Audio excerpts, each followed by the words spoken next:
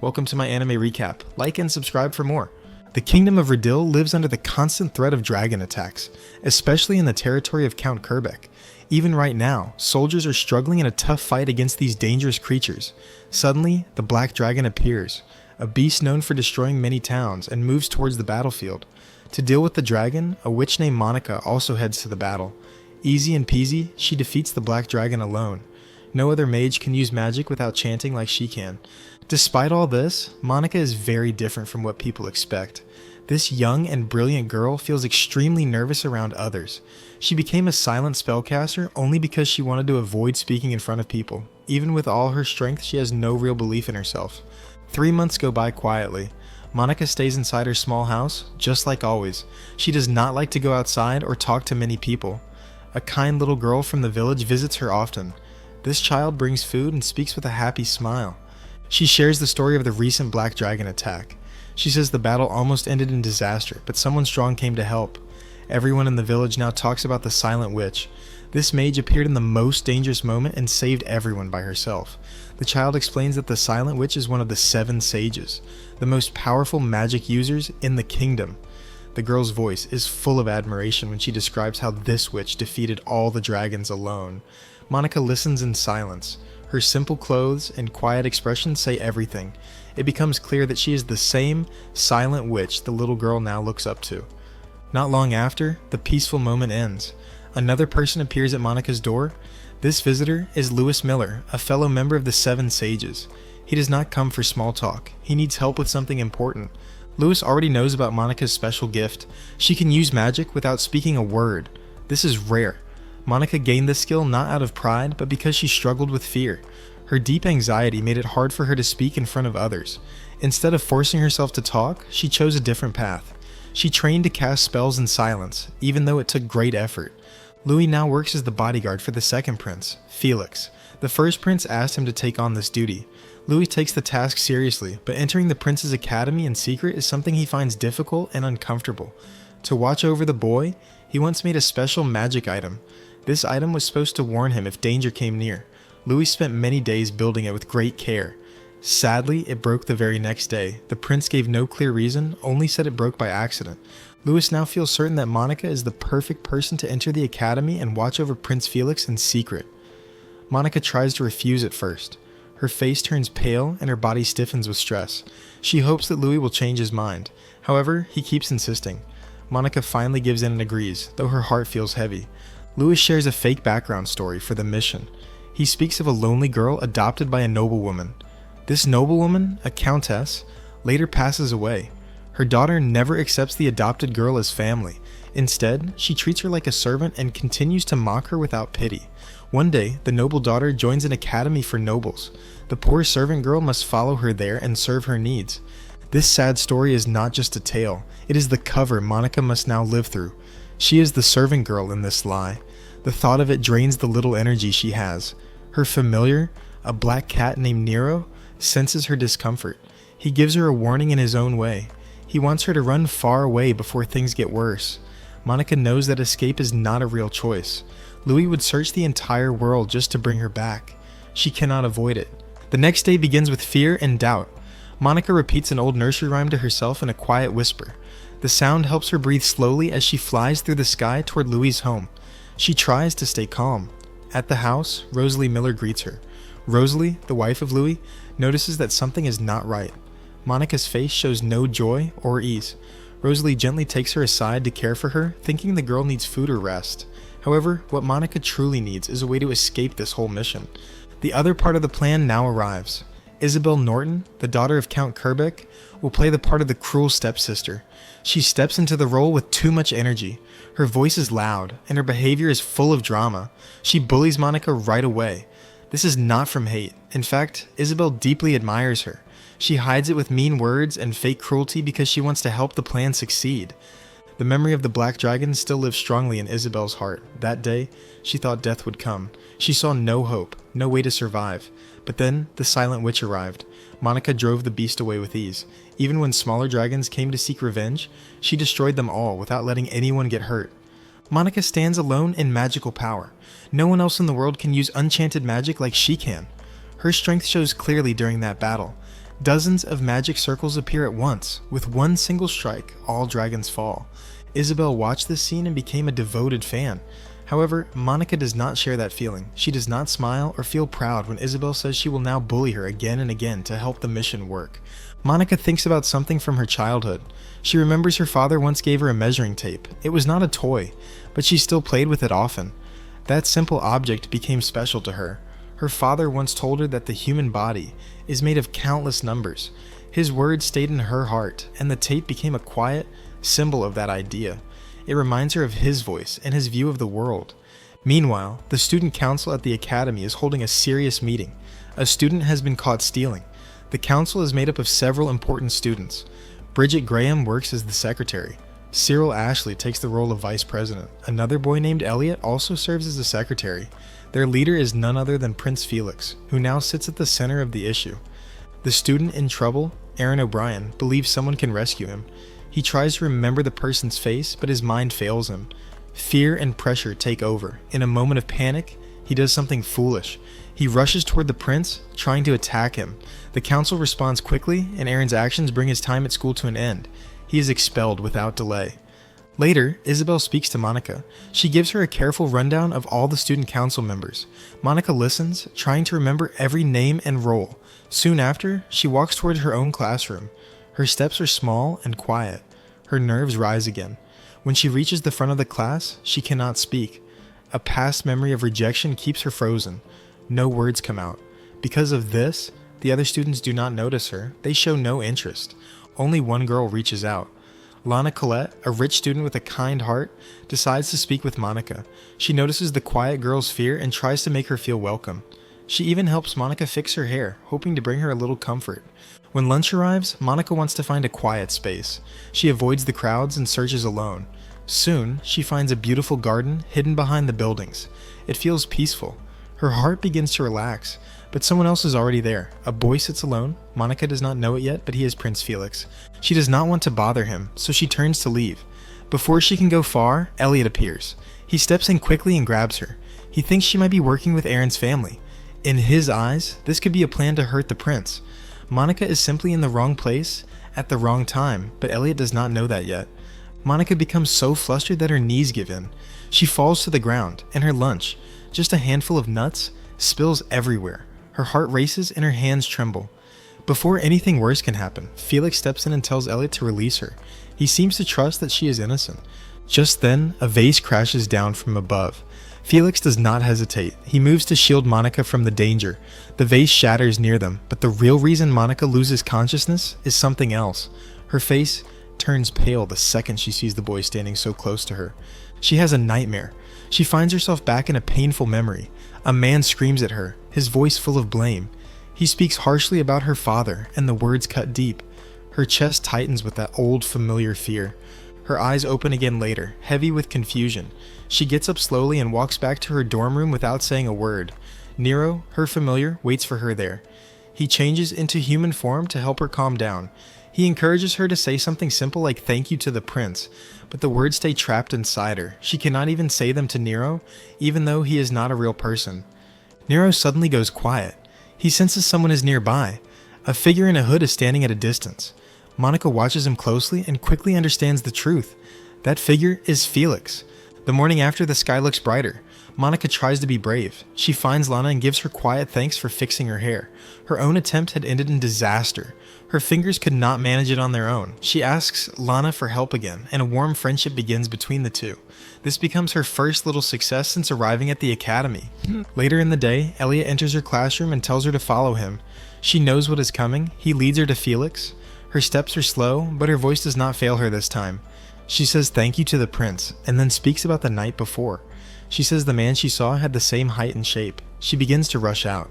She even talks about body types and measurements, something that surprises even herself. The details are strange, but they make sense to her. Felix stops pretending. He realizes she has figured him out, but more than that, he feels sure she is not someone trying to hurt him. She seems far too honest, far too nervous. Since Aaron was locked away, strange events have started happening around the student council. Everyone remembers how Aaron once hinted at having a partner. Now they worry that someone is planning something dangerous against Felix or the others. Elliot decides that Monica must help. She feels trapped once again. Her body tenses, but she nods. A second mission now stands before her, hidden under the first. She must protect Felix, but now she must also help uncover the true enemy hiding in the shadows. Someone drops a flower pot from the upper floor of the school building, targeting Felix in the backyard. Suspicions rise quickly, and Monica becomes suspected as an accomplice. She feels the pressure from others and knows she must act fast. She decides to find the culprit in order to clear her name. Monica deduces that the flower pot might have been dropped from the balcony on the 4th floor of the school building, and she heads for the music room on that floor. On her way there, however, she stumbles upon an altercation. A group of girls from her class is harassing Selma, the bride of Aaron. They sound loud and mean. At the same time, they are blocking the stairs to where Monica wants to go. Monica stops. She feels tense. The bullies have surrounded Selma, and Monica doesn't want to get involved. She just wants passage. Lana quickly notices the situation and goes up with Monica to make sure the girls will give them space. She speaks without fear and does not miss the chance of bad-mouthing them while doing so. Caroline, one of the girls, gets angry. Her face tightens with rage. She pushes Lana with force. Lana does not fall. Her feet stay firm. Monica, who is behind her, trips and falls down the stairs. It is more of a slide than a fall. Just as the slide begins, Monica ponders, in slow motion, what the best course of action is for her to stay safe and avoid embarrassment. The slide is fast, and her body hits step after step. She could not stop and tumbles and crashes into Cyril Ashley, the student council vice president. He is gracious and worries about her well-being. Caroline takes that as an opportunity to blame Lana for her mistake. Monica knows how someone can be deemed evil by everyone if they are an aristocrat. She tenses up. A flash of a burning building she watched as a child appears in her mind. The flames, the crowd, and the screams come back all at once. She musters up the courage to say she tripped and takes the blame all by herself. The others seem unsure, but no one questions her words. After that, she investigates the room where the mysterious person dropped the pot on her and Felix. She walks inside and starts looking around. She finds many clues, such as the person needing to book the room and needing another pot to stand on in order to reach the window. She goes to Felix and tells him Selma is the culprit. She explains what she has found. Selma tries to deny it, but Monica has many reasons for her suspicion. She found out that Selma had booked the room at the same time the incident happened. The time matches exactly. She also discovered Selma's dirty gloves in a trash can. They were hidden deep inside. Without a defense, Selma freaks out and begs them not to take Aaron away from her. The right thing to do would be to sentence her whole family to execution for trying to kill a noble. That is the rule. Felix thinks it is best to expel her from the academy instead. He stays calm and firm in his decision. Monica feels relieved. The weight on her chest becomes lighter. She sees the accounting reports and starts staring at them. The numbers do not look right. Many wrong numbers appear on the pages. The mistakes are clear and repeated. Felix appoints her as the new student council treasurer. He trusts her skills. She reviews all of their documents from the past 5 years in just a few hours. The work is fast and careful. Her speed and accuracy impress Felix and the council. When allowed to tell the truth, she tells them they have been sloppy. Her words are calm but honest. Cyril, the vice president, gets angry. He says nothing at first and keeps quiet. He checks her notes at night and sees she is right. The problems are real, but he also notices something strange about her handwriting. It feels unfamiliar. His head hurts when he leaves the room, and his eyes gleam red. The next day, Felix asks Cyril to help Monica understand her job, since he was the treasurer once. She gets scared, but is forced to be taught by him anyway. There is no other choice. Surprisingly, Cyril does everything to help her and admits she is great. He explains things with care and stays patient. He scolds her, not for doing anything wrong, but for not standing proud of her incredible skills. He says she should stop hiding her value. The day before, he had even questioned the students to understand what really happened and punished Caroline. He made sure the truth came out. Monica feels happy. A small smile appears on her face, but then she lowers her eyes and says she can't ever be proud of herself. A memory returns to her mind when a boy said something hurtful to her. The words still stay with her. They start bickering. Cyril grows impatient and wants her to speak louder. Monica tries, but says she can't. The mood turns tense again, but they keep working together. At night, Cyril walks alone with all the documents in his arms. He is on his way to deliver them to Professor Thornless. Something about that strikes him the wrong way, and he stops for a moment in the hallway. In a few seconds, he starts walking straight ahead again, without looking back. Later that night, someone unexpected visits the academy. It is Rin, the familiar of Louis. She brings a message for Monica. Louis has become a father. Monica hears the news with her small cat Nero beside her. She feels happy for Louis. The peaceful moment does not last long. Both Monika and Rin feel something strange in the air. Something is very wrong. A huge burst of ice mana has appeared near the boys' dormitory. The magic is wild, and it is growing stronger every second. Monika, Rin, and Nero run toward the source. Behind the dorm, they reach a small forest. There they see a terrible scene. Cyril is in the middle of a storm made of ice magic. The air is freezing, and the ground is covered in ice. It seems like Cyril's own magic has gone out of control. With a surge of mana, sharp ice spikes form around him, and snow and frost fly in every direction. His body is getting trapped by the ice. His eyes look empty and full of fear. It becomes clear that Cyril does not mean to do this. He is having a magical outburst. He cannot stop it. Monika understands the danger. If this continues, Cyril may get badly hurt. The whole dormitory could turn into a frozen ruin. Nero tries to help. The cat runs towards Cyril, but the moment it touches him, a force throws the cat away. Monika notices that he has an amulet that should prevent that, but it's malfunctioning, so she prepares herself to stop the boy. With focused determination, she conjures a powerful burst of fire magic. Bright hot flames roar to life in her hands, illuminating the dark night. Monika directs the flames toward the advancing ice. Fire clashes with frost in a burst of steam and crackling energy. At the same time, she surrounds Cyril with a barrier of warmth, gradually melting the ice around him. The fierce flames begin to suppress and consume the storm of freezing mana. Cyril breaks free from the icy prison and collapses to the ground. Exhausted, shivering, but alive, Monika repairs his amulet. A flashback shows that Cyril's adoptive father gave him the amulet as a cherished gift. After his father's death, the man took him in and gave him a new family. Yet Cyril's biological family never accepted him. His mother sees only his father in him, a man who was cruel to her. Now, Cyril strives relentlessly to prove his worth to her. Monika realizes this isn't just a case of mana overload. Cyril's mind has been tampered with. The pieces of the puzzle begin to fall into place. She recalls the recent irregularities in the student council's financial records and how Cyril's behavior suggested he had suspicions of his own. He may have uncovered the truth that Professor Thornley was behind the tampered accounts. If that's the case, Thornley had a clear motive to silence him before the truth emerged. It seems that the professor had set a magical trap within the ledger Cyril was carrying, causing his mana to spiral out of control.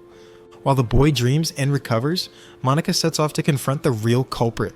She moves quietly through the halls toward the faculty offices. At this late hour, the academy is dark and mostly deserted.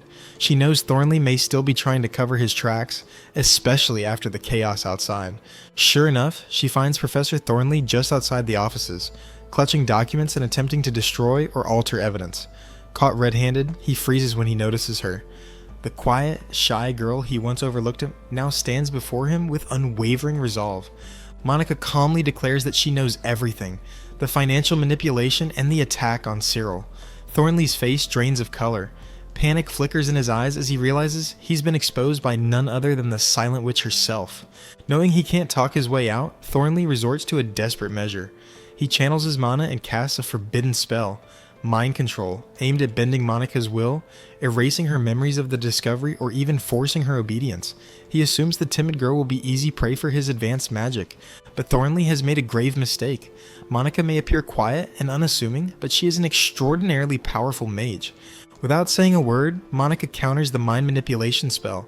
She then refines and redirects his own spell against him, altering his mind with far greater control. The proud professor is instantly incapacitated and collapses to the floor. In the days that follow, the academy grapples with the fallout of his crimes. Once the authorities are alerted and the evidence is brought forward, Thornley is formally arrested for both financial fraud and malicious misuse of magic. The student council's records are recovered and corrected, and the missing funds are accounted for. The revelation shocks the entire school, a trusted professor at the heart of the scandal, but relief soon replaces disbelief as the culprit is brought to justice.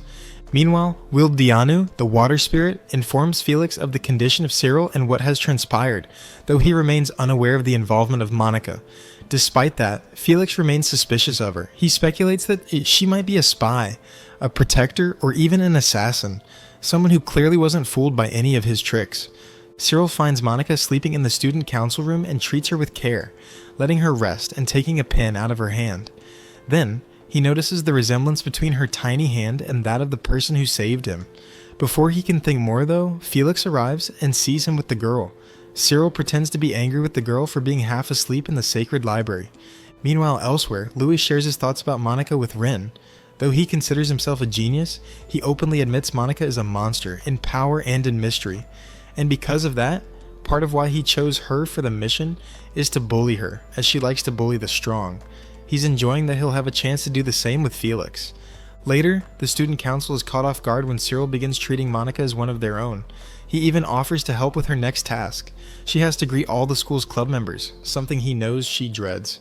Suddenly, screams rise across the town when a monster appears and begins destroying everything in its path. Monica uses her magic and quickly learns it is an earth dragon. Nero is annoyed, saying he only came to eat, not fight dragons. Glenn Dudley arrives and attacks with a fireball, but the dragon is unharmed. Nero, watching from above, wonders why Glenn doesn't use a smarter angle. Monica explains that casting 2 spells at once is difficult for most people. Since she can do it, Nero thought everyone could. Glenn prepares another spell. Monica casts her own at the same time. Glenn's magic creates a cloud of smoke, and in that moment, Monica finishes the dragon in secret. The knights of the city arrive and praise Glenn for defeating the monster. With the danger over, Monica tells Nero to move, but he rubs his head against hers like a cat and asks for chicken as a reward. Before Monica can wonder if any shops are open, vendors return and shout that business has resumed. Nero finds humans very strong for getting back to normal so fast. Monica, however, starts to doubt herself. Nero gently lifts her head and says she doesn't seem scared of his human form anymore. Monica finally admits she might have gotten a bit stronger. At the academy, teacher Lindsay Pale feels overwhelmed. She now has to take over Thornley's class. Soon after, William Mackergan, known as the Waterbite Mage, is introduced as the new fundamental magecraft teacher. He once served as an honorary professor at Minerva, the top school for mages. He also trained at the Silent Witch and the Barrier Mage before they became part of the 7 Sages. William doesn't enjoy the title and finds it boring. Inside the student council office, Glenn asks Monica about her elective classes. She hasn't chosen any. Elliot asks if she plays any instruments, since nobles often study the arts. Monica says she doesn't. Cyril is placed in the advanced practical magecraft class and says magic is just as noble. Elliot and Cyril exchange serious looks. They don't agree. Felix suddenly brings up Cyril's voice, saying he hears him sing in the archive room.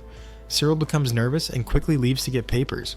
Felix turns to Elliot and says he wants to hear Elliot play the violin with Cyril one day. Then he tells Monica to take magecraft as her elective. Monica feels unsure and quiet, but she remembers Louis once said to answer, "I'll think about it," when she feels pressured. Felix offers to take her to the class, and Monica repeats the phrase. Felix happily decides to pick her up the next day. The next morning, Monica walks beside Felix through the academy. She asks if he practices magic, but the prince says he has no talent for it. They soon meet Glenn and Neil. Glenn is excited to see Felix, and Monica remembers that Glenn is the one who fought the dragon. Glenn says he just transferred this fall and is in Neil's class. Monica introduces herself, and Glenn shakes her hand too strongly. He gives them roasted chestnuts from town. Felix says a dragon appeared there, and Glenn pretends not to know anything. Glenn asks about Monica's electives. Felix says she's joining magecraft class. Glenn and Neil are also going, so they walk together. Monica tries to stay calm, thinking nobody knows who she is. But when she enters the room and sees Professor Mackergan, she loses hope. Thankfully, his poor vision keeps him from recognizing her. Felix tells the professor they are new students. Mackergan tells them to sit anywhere. He starts the lesson and says mana is the most important part of being a mage. A level of 50 is normal. Over 100 is strong. Over 150 means the person might become one of the 7 sages. Monica becomes more anxious when he starts talking about the Silent Witch. She feels worse when he praises her old work and uses her formulas for the test. The professor says people with good control over mana can use magic even if they don't understand formulas. Then he shows a mana measurement device. His reading shows 160. The blue glow means his element is water. He tells the students it is their turn. Glenn becomes excited. He dreams of joining the sages. Monica remembers her own last reading. It was 202, and she has only grown stronger since. She hides behind others and tries to leave. Before she can go, the professor senses something familiar in her. Then the device breaks due to Glenn's mana. Mackergan complains, and Monica slips out of the room. Far enough away, Monica remembers the reading on the device. Showed Glenn had a mana level over 250. Only 2 of the 7 sages have that much power. A loud voice catches her attention. Students are playing chess. Monica doesn't know what it is. Elliot appears and explains the rules. He says chess is like war, and nobles must know how to plan. Monica understands the logic right away and surprises the others with her thoughts. Elliot chooses to play without his queen. Monica starts first. Elliot begins to worry as the game becomes harder for him. He decides to use a move Monica doesn't know. After he explains it, Monica realizes she has lost and admits defeat. A large man walks over and asks for her name. Monica freezes. Elliot says her name. The man hands her a letter and tells her to attend class. Later in her room, Monica is overwhelmed. Nero helps calm her. She feels she cannot take magecraft under Macrogan. She cries and asks Nero what she should do. Nero comforts her with his soft paws. The next day, Monica thinks about chess. She enjoyed the game. Elliot appears and talks to Cyril about a strange drawing. Cyril says it shows a bull and a wheel, but it looks strange. He says it's the merchant crest. Marie knows it's wrong but stays quiet. Monica shows the real Abbott Company crest. Elliot realizes something is off and takes Monica to see the merchants. Cyril watches them leave. Bridget says he's being too protective. Elliot walks with Monica and thinks about the chess game. He says he was wrong to use an unfair move. Monica then says the merchant crest is fake. It has 10 axles instead of 12. She is sure of it. Elliot tells her to get the guards. The fake merchant pulls a dagger. Elliot stands in front, ready to defend. Monica uses lightning magic to scare a horse. The horse charges and knocks the enemies down. Monica puts them to sleep. The horse keeps running. Monica screams. A girl appears and stops the horse. Elliot catches the criminals and calls the guards. Monica thanks the girl. She introduces herself as Casey Grove. Casey tells Monica to pet the horse and says not to be so formal. She talks about working with animals in her hometown. Monica knows the pig song Casey mentions because of the numbers in it. Casey pulls Monica to a wagon. The sunset glows above. Casey invites her to take horse riding lessons. Monica feels unsure, but Casey says it's fine for beginners. Monica agrees and asks to learn. Casey says she'll help. Later, Monica sleeps at her desk, and Nero is surprised that she has chosen chess and horse riding as her electives. The dance teacher is upset because some of her students still cannot dance well, and Monica is one of them. She pairs Monica with Glenn to practice, yet no matter how much they try, their movements remain awkward. Their steps do not match the rhythm, and improvement feels impossible. Casey, Neil, and Lana notice this and step in to help, guiding them with patience and encouragement. The teacher finally softens when she sees their teamwork. That night, Nero makes a playful comment, saying he never knew dancing meant stepping on someone's feet so much. He does not intend to hurt her, but the words hit Monica hard, lowering her confidence even more. Wanting to help, Nero takes his human form and offers to practice with her.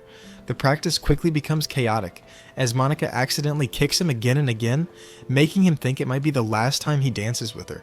Monica begins to fear she will never fit in because of her lack of skill, and her mind goes back to her childhood and the man who shaped her love for numbers, her father. His sharp mind and ambition allowed him to cure many illnesses and help countless people. Yet, despite his brilliance, society never accepted him. His life ended in tragedy when he was burned alive, and the memory remains heavy in her heart. The next day brings another challenge, a formal tea party. Isabel, with her noble upbringing, offers guidance. She warns Monica that the worst mistake a hostess could make is serving the same tea as someone else, calling it a serious error in manners. At her table, Monica has Casey and Lana, which gives her an advantage in knowing their tea choices and avoiding repetition. The real difficulty lies with Claudia Ashley, a highly intelligent and distant woman who is not easy to approach. Isabel helps Monica keep her composure, then suddenly smashes a cup and lets out a loud, theatrical scream to maintain her own act, leaving everyone around startled. The day of the tea party arrives, and Monica joins Casey to prepare their drinks together. Unlike many other students, they have no maids to handle such tasks. They carefully brew their tea and place slips of paper with their names beside the pots to make sure no one mistakenly takes their drinks. Claudia is the first to serve her tea. Her cold demeanor is clear from the start. She quickly dismisses the opinions of Casey and Lana, making the conversation heavy and uncomfortable. When others share their drinks, she offers no praise, keeping her comments short and distant. Lana follows next, bringing the most expensive tea she could find. Her intention is to share the best drink possible and bring joy to her friends. Claudia, however, criticizes her choice, saying that a weaker and more common tea would have been better. She warns that such an expensive drink might make people feel out of place. The remark leaves the table tense. When it becomes Monica's turn, she faces an unexpected setback. Bridget Graham, still holding a grudge from an earlier conflict with her and Lana, breaks Monica's teapot and throws it away. The loss brings tears to Monica's eyes, yet she refuses to give up. A sudden idea sparks in her mind, and she sets to work. Moments later, she returns to the table carrying cups of coffee instead of tea, catching everyone off guard. Claudia notes that starting with a strong flavor can be a poor choice, but since Monica is the last to serve, it causes no issue. The coffee has a smooth taste with no lingering aftertaste, making it pleasant to drink. Even Claudia, normally so hard to please, acknowledges the effort to bring something different, though she still points out that Monica failed to serve tea. Still, Monica has the perfect reply for her remark. She explains that her choice is personal, as she wanted to share something she truly loves with the friends who matter most to her. In her own view, she is the one most out of place, and that is why the gesture feels special. The sincerity in her words finally eases Lana's tension, and a gentle smile returns to her face. Only one more challenge remains for Monica to face. After leaving the tea party with Casey, they encounter Felix and Cyril, who are prepared to help Monica and Glenn improve their dancing. Cyril steps forward first, moving with such refined grace that Monica finds herself watching him closely. Her attention shifts completely to the elegance of his movements, and without realizing it, she follows his lead perfectly, dancing far better than before. Felix then tries a different approach. He starts a light conversation, hoping to help her relax and dance more naturally. Instead of calming her, his words make her nervous. She becomes too focused on what to say in return, and her steps falter. Her eyes then catch the gleam of a brooch on his clothing, and her mind drifts to its details. She begins analyzing its design, thinking about each angle and how it might be used to form a magical barrier. Immersed in these thoughts, her body moves smoothly, and she dances so well that everyone watches in admiration. The group is ready to praise her, but Monica cheerfully reveals that her performance was thanks to the jewel. Felix takes offense, feeling as if she values the brooch more than the experience of speaking with him. Felix has a worried thought. He thinks maybe Glenn is the person who killed the big earth dragon. He feels scared about assassins who might come for him. But then, he sees the students. He sees Monica, Glenn, and others having a fun barbecue party at the school. This happy sight makes him smile. He forgets his worries and decides to go join them. That night, a man named Lewis sends Monica a pretty dress. It is a gift to thank her for catching the bad teacher, Thornley. Monica asks the messenger, Rinsbelfide, to wait. She wants to write a thank you note for Louis. While they talk, she learns something important. Louis also made a strong magic wall around the school. This wall stops bad things from outside, but it cannot stop bad things that are already inside the school. The next day, Monica sees Claudia. Claudia has been following her for many days. Monica gets very scared. She runs away very fast. Because she is not looking, she almost walks into another girl named Caroline Simmons. Caroline asks Monica to come to a tea party. It seems a little strange, but Monica says yes. Caroline and her friends seem calm, but act odd. Caroline asks Monica for a big favor. She wants Monica to tell Cyril that nothing bad happened between them. Monica says no. She says this would make Cyril's hard work meaningless. The girls get upset. They tell Monica to drink her tea. They tell her to wait for something to happen. Monica tastes the tea and finds it very bitter, but she drinks it all anyway. This surprises the other girls. Then Monica starts seeing the color red. She falls to the floor. She is not awake. She has a bad dream about when she was a child. In the dream, her town is burning her father's books after he died. Everyone is calling her father a bad man. Then she remembers moving in with her uncle. Her uncle was angry and mean. The memory is too much. She starts saying she is sorry over and over in pain. Many students watch her with shock. Claudia arrives. She is very smart and knows what happened right away. She says Caroline put poison in the tea to make Monica sick. Caroline did not think Monica would drink it all or react so badly. Claudia makes Monica vomit to get the poison out. Then she takes Monica to the school nurse. Later, Monica wakes up. Cyril and Felix are there, watching her. Monica begins to cry and tells them she feels guilty. She believes she always does things wrong and even failed at the tea party. The boys reassure her and tell her that none of it is her fault and that she should rest. Claudia enters the room and immediately teases her brother. She points out how much he clearly cares about Monica, though he tries to hide it. Cyril becomes embarrassed and Felix looks uncomfortable. The two boys leave. They think Monica will rest better with Claudia. Alone with Claudia, Monica feels brave. She gathers courage and asks Claudia why she has been following her so closely. Claudia answers honestly. She admits that she does not hate Monica, but is worried about her getting close to her fiancé. This confession surprises Monica. Before Monica can ask who the fiancé is, Glenn and Neil come into the room. Claudia's personality changes completely. She becomes very nice and friendly. She tells the boys that she and Monica are friends now. She says that Neil is her fiancé.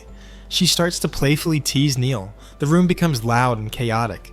Then Casey runs into the room too. Now it is too noisy for Monica to rest. Felix, meanwhile, decides to confront Carolyn and her friends. He remembers the crying face of Monica, and it reminds him of his own face when he was a sad child. Caroline greets him with a false calm, believing that he will protect her. She thinks he will not punish her. Felix rejects this assumption. He demands that she explain why she poisoned Monica. Caroline tries to excuse her actions, saying she never meant such harm, but Felix does not accept her words. He makes it clear that she will not escape the consequences of what she has done. Then Isabel Norton arrives. Caroline feels sudden relief and believes Isabel has come to defend her. She assumes Isabel shares her dislike for Monica. Isabel offers them tea as an apology. Caroline becomes calm, but Isabel has a plan. She takes out a bottle that looks like poison. She puts a drop in their tea. She says it is good for their beauty. Caroline tries to drink it, but she panics. She spits it out and makes a mess. She screams that it is poison, but then Isabel puts a drop in her own tea and drinks it. It was not poison. It was only a trick to scare Caroline. Isabel is not finished. She tells Caroline that their families are friends. She says if they are not friends, no soldiers will go to Caroline's town when dragons attack. This is a big threat. Isabel tells Caroline she must tell everyone what happens to people who hurt a Norton. Later, Isabel offers support to Monica. To make her feel safe, she brings another bed into her own room. She invites Monica to stay there for a week. Monica finds letters in her room with no sender's name. She recognizes the handwriting immediately as Lana's, and this makes her very happy. She goes out for lunch with Lana and Casey. Claudia suddenly appears, even though no one had invited her. She claims her presence is justified. She calls herself the savior of Monica and insists that she should stay. Monica cannot refuse and lets her join. During lunch, they talk about their plans for the school festival. Casey explains that she is working on embroidery she plans to donate. Lana shares that she is busy making costumes for the play. Claudia comments that she would prefer to stay in her room until the ball begins, uninterested in other preparations. Monica mentions her own responsibilities, as she has duties with the student council. Later, Cyril asks for her help to move some materials, and she agrees to help him. She calls him Lord Ashley. This gives his sister Claudia a chance to make fun of them. She teases both of them for not using first names like she does. In the end, Cyril tells Monica it is okay for her to call him just Cyril.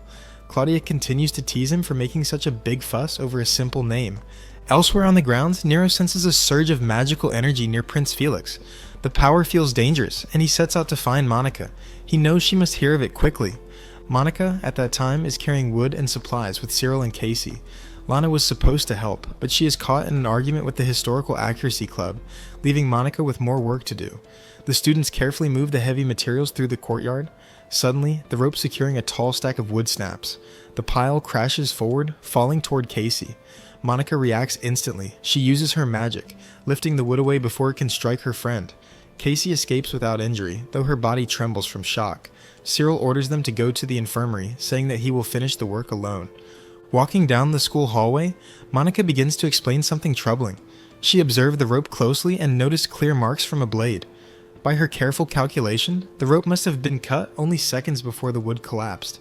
She asks Casey if she was the one who cut the rope, silently hoping that the answer is no. To her shock, Casey admits it openly. Casey pulls out the knife and declares her hatred for Monica. The accident was never meant for Casey, but for Monica herself.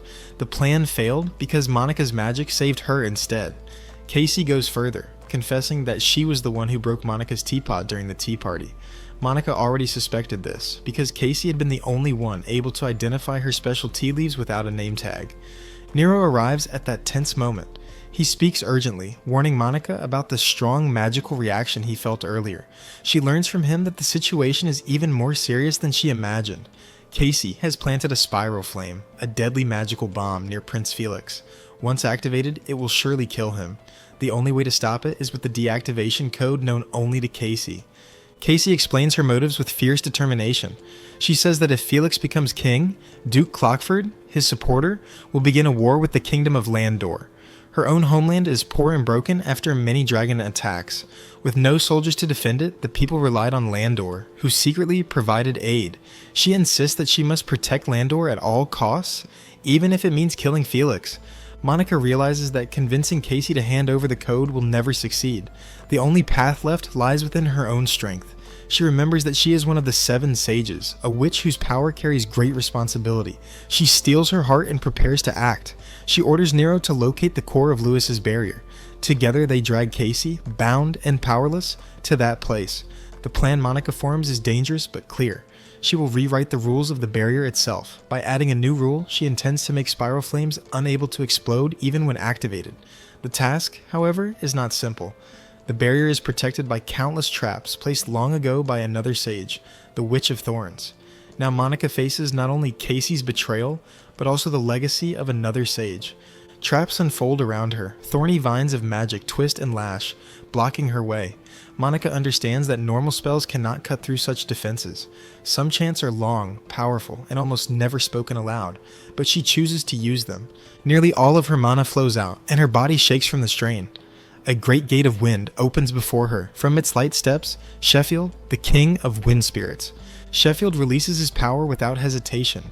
The thorn traps crumble in an instant, torn apart by his storm. Before long, the gate closes again. Monica has used nearly everything she has, but she presses forward. The spiral flame is almost ready to explode. Monica works very fast and adds her new rule to the barrier just in time, but her problems are not over. Something huge crashes down next to her like a meteorite. Lewis and his assistant, Rin, step out of the smoke. Lewis says he noticed someone changing his barrier, so he came to check. Casey openly admits her crime. She accepts that she tried to kill Prince Felix and confesses that the attack with the spiral flame was her plan. The truth shakes everyone around her, but Monica focuses on explaining the details. She tells Louis about summoning the Spirit King Sheffield, about rewriting the rules of the barrier, and about how she managed to bypass the protections he had set. Each word wounds his pride. Monica, however, has no time to worry about his pride. She wants to know what will happen to Casey. The answer that comes is far from comforting. Guards will interrogate the girl, even going as far as to use mind manipulation magic if she refuses to cooperate. After that, because she attempted to assassinate a member of the royal family, her fate will almost certainly be death. The death penalty looms over her future. Monica thinks quickly. She knows that the execution of Casey cannot be allowed to happen.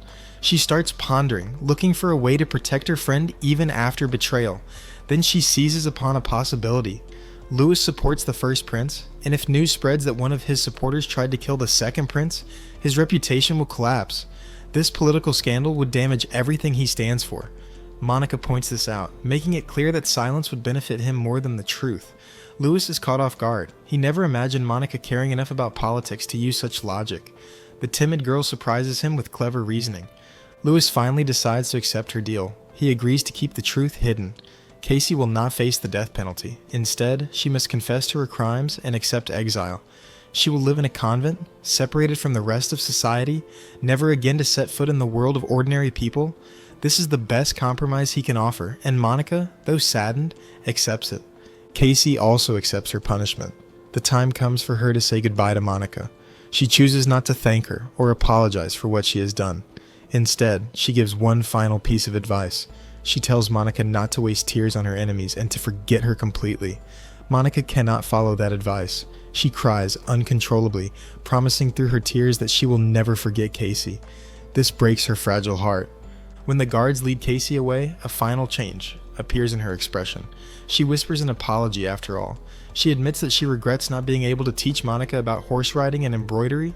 Small promises she once thought of keeping. Those words remain with Monica long after Casey is gone. The aftermath spreads quickly. Felix begins investigating the barrier. Will Dianu has already told him that someone summoned a Spirit King, so he looks for proof. During his search, he overhears Louis speaking to himself. Louis mutters that the one responsible for the summoning was the Silent Witch. These words shock Felix. His mind becomes consumed with curiosity. He feels astonished that the mysterious Silent Witch is so close to him. His admiration for beautiful magecraft grows into obsession. What he does not know is that the Silent Witch he admires is even closer than he realizes. Days pass, and the shadow of Casey's absence lingers. Lana speaks to Monica about how sad it is that Casey had to leave for what appears to be a family emergency. She does not know the truth, but she feels the loss of her classmate. Monica remains quiet, her sadness heavy, and Lana notices. Hoping to lift her spirit, Lana offers a cheerful distraction. She says Monica can borrow one of her dresses for the upcoming ball at the school festival. The kind gesture lightens Monica's mood a little and gives her renewed confidence. The next challenge for Monica comes soon after. She attends her first horse riding class.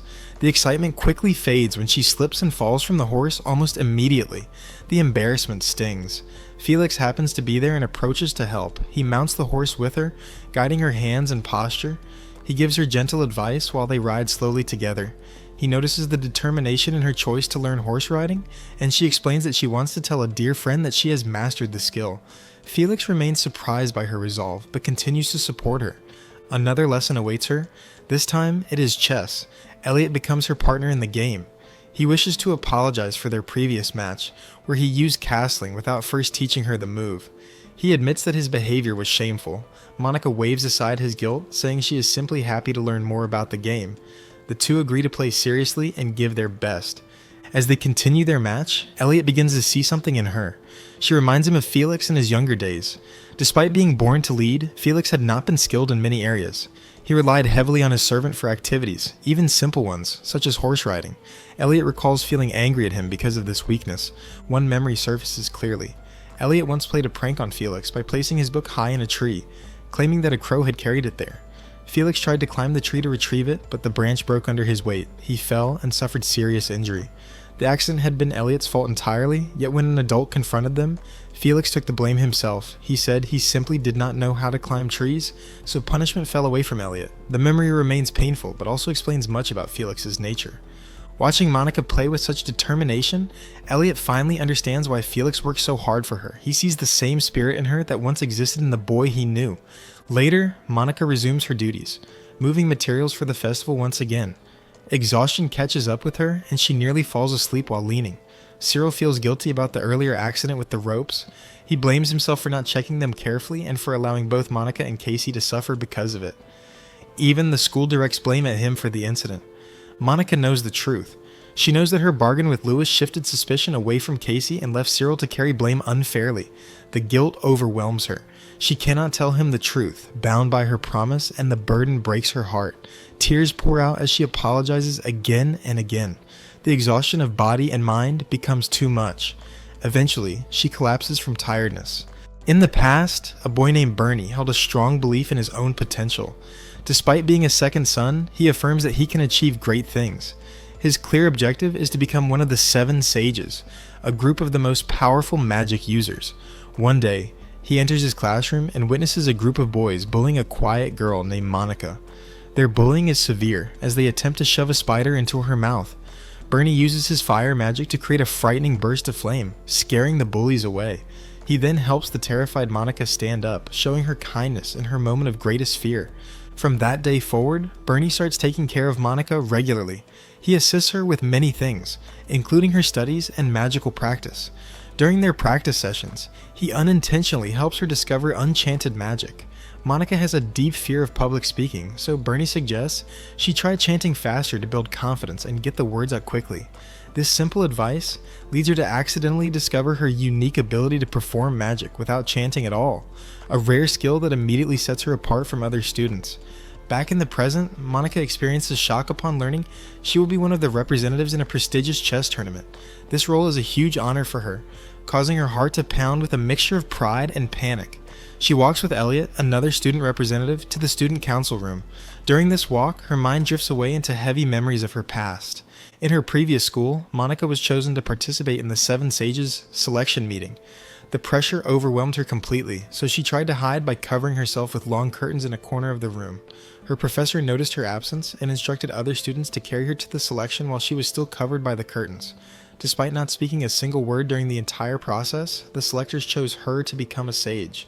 After this life-changing achievement, she only wished to share the news with 2 people, her foster mother and Bernie. Lost in these deep thoughts, Monica accidentally hits a wall, snapping back to reality with a start. Felix and Cyril express their pride in Monica for being selected as a chess representative. They advise her to focus entirely on the tournament instead of her student council assignments. Monica feels hesitant at first, her nerves making her doubt her own capabilities. But Felix shares that he participated in the chess competition the previous year and followed the same approach. This personal reassurance helps Monica accept the situation, and she finally agrees to prioritize the tournament.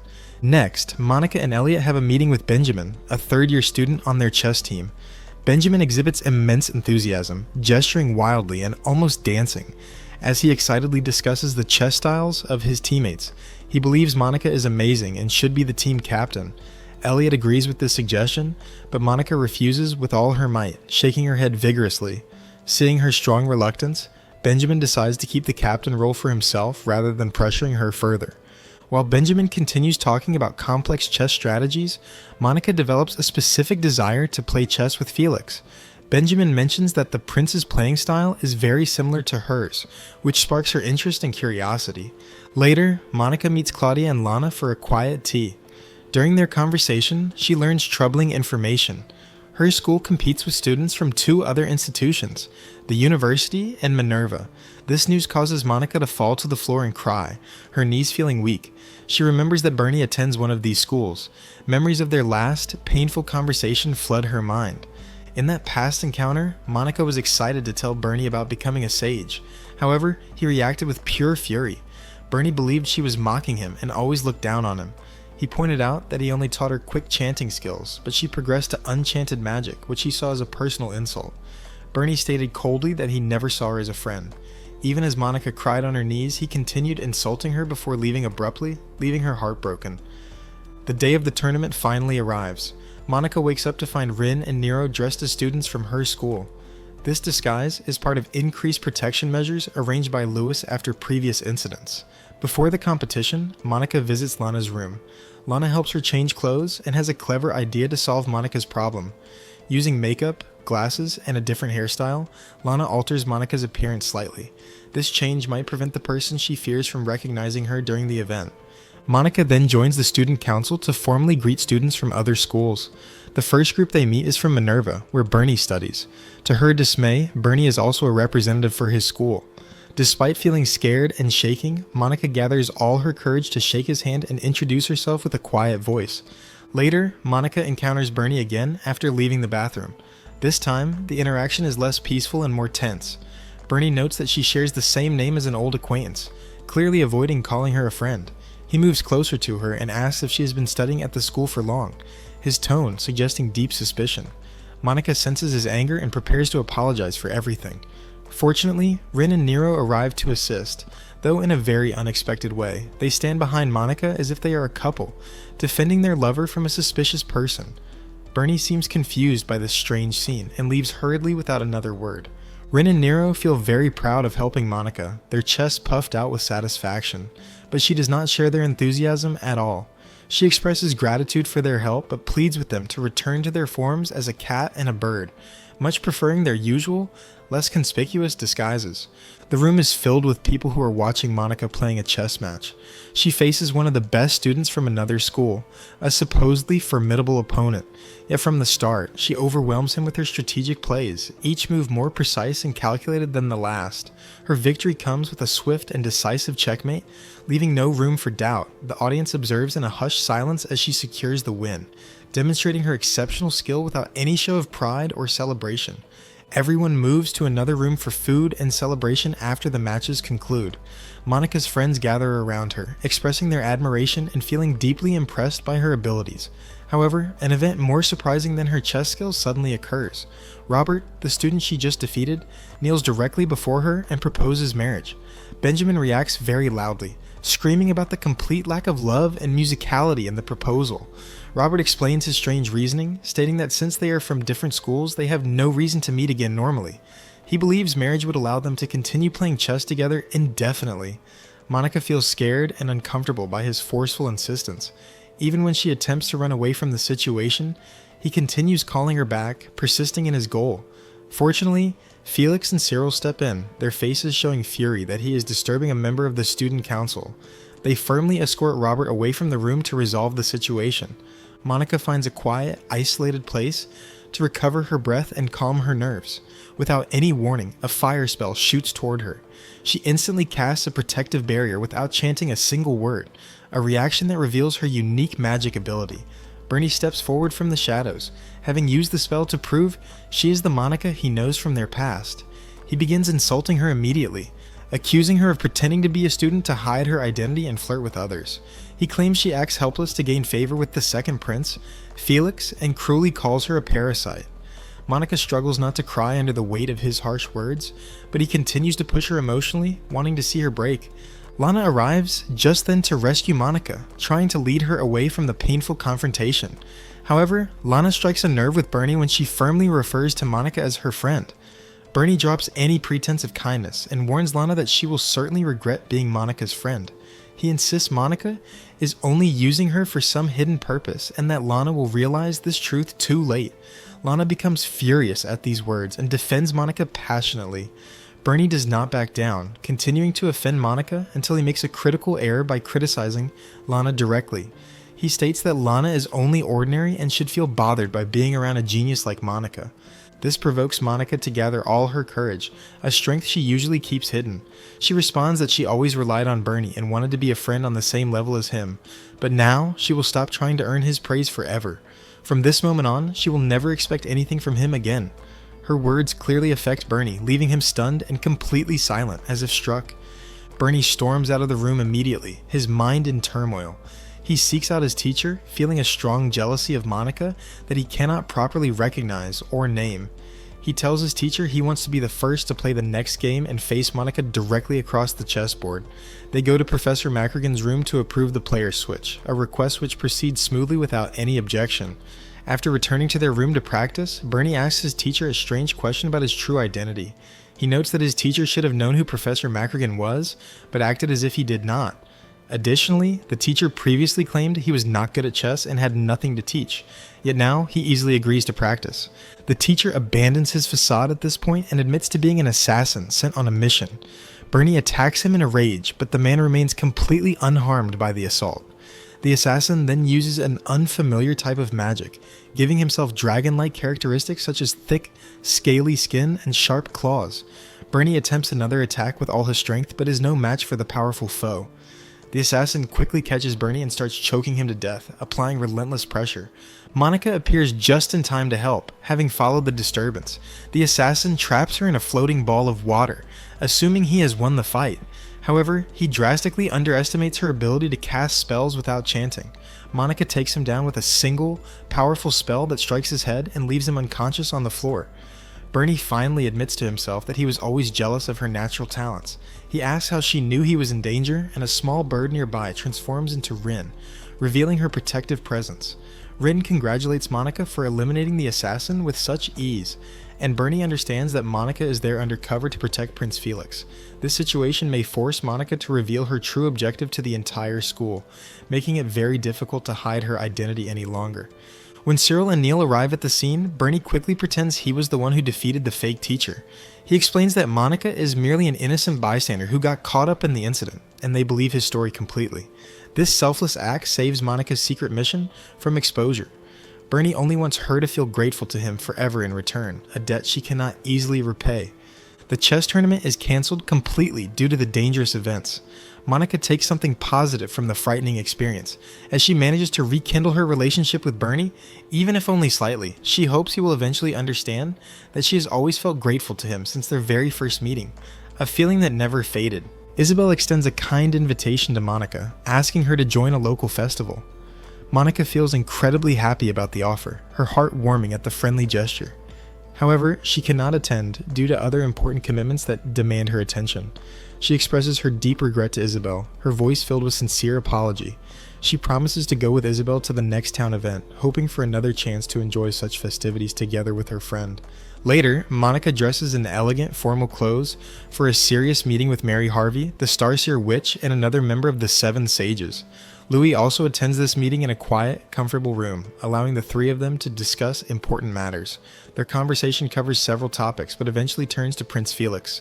Mary explains her unique ability to read futures through the stars, a powerful and rare gift, but she reveals a puzzling issue that has troubled her for a long time.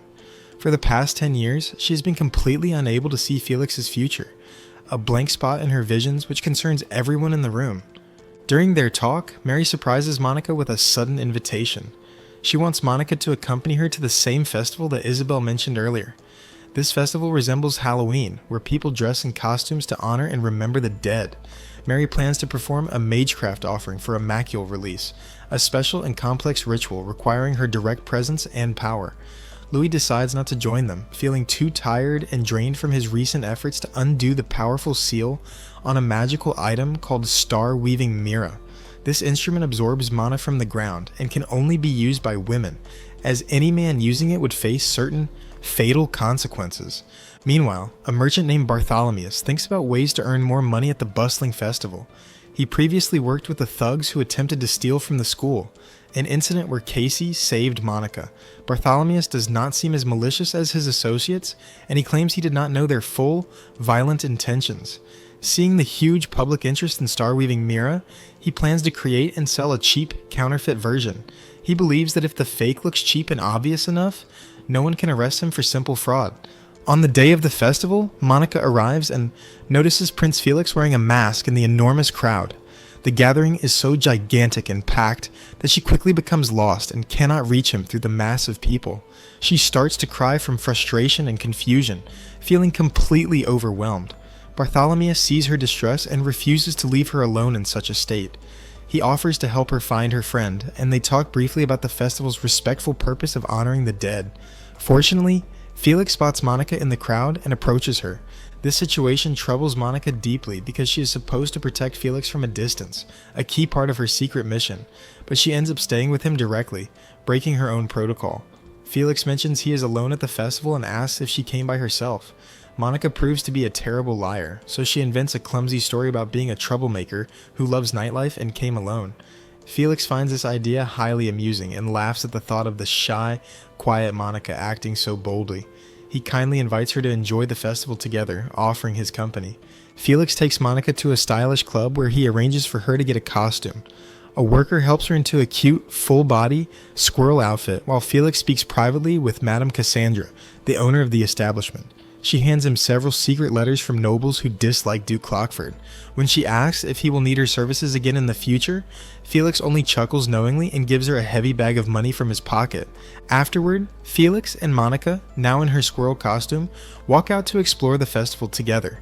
Their first stop is a jewelry stand where Felix buys a necklace with a protection spell crafted by one of the 7 sages. He asks if Monica wants anything from the stand, but she recalls their first meeting in the garden. She tells him that the simple nuts he helped her gather from the ground hold much more value to her than any expensive jewelry. Felix smiles at her sentimental and honest response. Still, he wants to buy her a small gift, so he purchases fresh, warm bread for both of them to share. As they eat, Felix asks if she is afraid of people. Monica becomes too nervous, worrying she hurt his feelings with her silence and cannot form an answer. Felix does not mind her shyness and suggests she think of him as a ghost, since the festival allows the dead to come alive in spirit for one night. Monica feels happy at his understanding but remains speechless, so Felix decides to step away for a moment to find drinks to lighten the mood. Suddenly, Rin appears through the crowd with Mary's familiar, a large owl. The owl delivers an urgent and concerning message to Monica. Someone has stolen the star-weaving Mira. This shocking news immediately changes the atmosphere, and Monica realizes the seriousness of the situation. The theft threatens their mission and the safety of everyone at the festival, requiring immediate action. Bartholomeus manages to get hold of the star-weaving Mira, a powerful magical jewel. The item suddenly attaches itself to his arm without warning, behaving as if he is its beloved lover.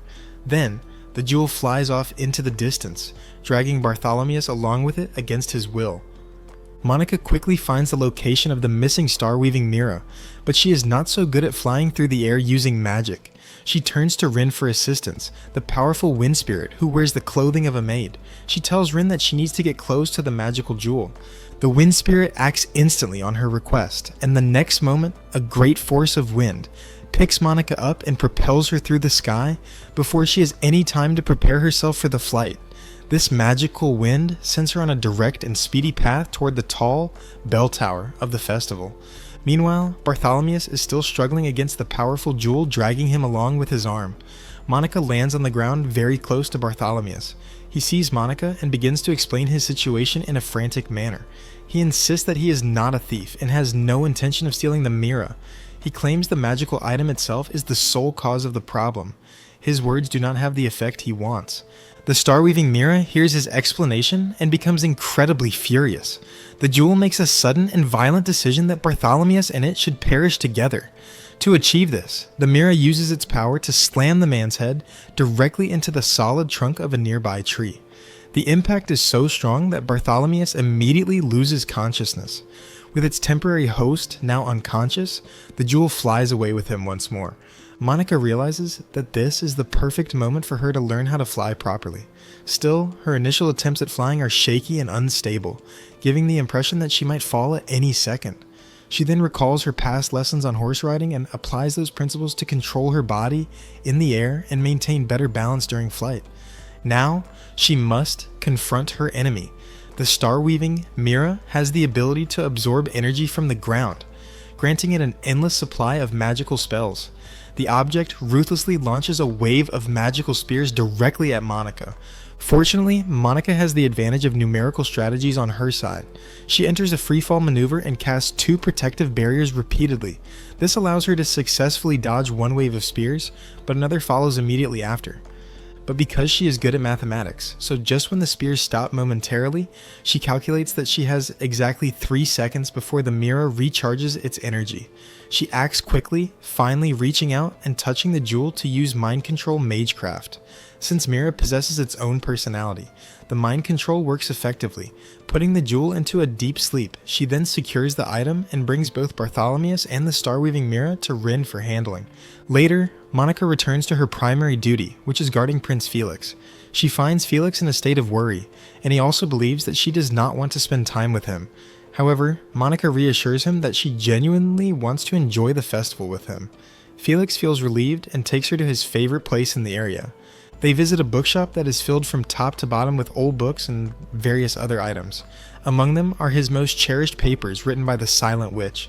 He enthusiastically explains a text authored by the Silent Witch, not realizing that Monika is actually the Silent Witch herself. Monika listens, feeling both surprised that he understood the text so well and deeply embarrassed by his excessive compliments toward her work. They explore the bookshop further, and Monika discovers a book written by her father. She had previously thought that all of her father's books were destroyed in a fire, so she is amazed to find one still intact and safe. She attempts to purchase the book, but the store owner informs her that it belonged to a friend of his, and therefore cannot be sold for a low price. Monika requests that he keep the book safe for her until she can save up 2 gold coins to buy it. Felix steps in and buys the book for her.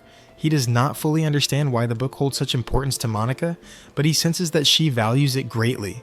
This makes him happy to be able to give it to her. Monika expresses immense gratitude and cries tears of joy. They step out onto the streets and witness the conclusion of the festival. Mary, the sage, is seen dancing with a star-weaving Mira, and during this performance, the souls of the dead rise up into the sky. Monika reflects on this moment, thinking it feels like she got to meet her father that day. She hopes that she can make him proud. Monika encourages Felix to ring a bell as part of the festival traditions. He rings the bell and declares that he will make his friend's wish come true. Rin approaches Mary and asks why she allowed the Mira to be stolen. Mary responds mysteriously that it was all written in the stars long ago. Meanwhile, Monika and Felix find a quiet place to read their books together, and during this time, they grow much closer, and when they wake up the following day, Felix presents Monika with a jewel that he had purchased earlier during the festival. Monika thinks back on all the friends she has made during this period and makes a firm promise to herself to protect her secret identity so she can remain in this place. Later, upon returning to the student council room, she thanks Cyril for his support and assures him that she will continue to do her best. And that is it for today. If you enjoyed the recap, don't forget to like, comment, and subscribe for more exciting recaps. Hit the notification bell to stay tuned in for more incredible adventures ahead. Until next time, take care.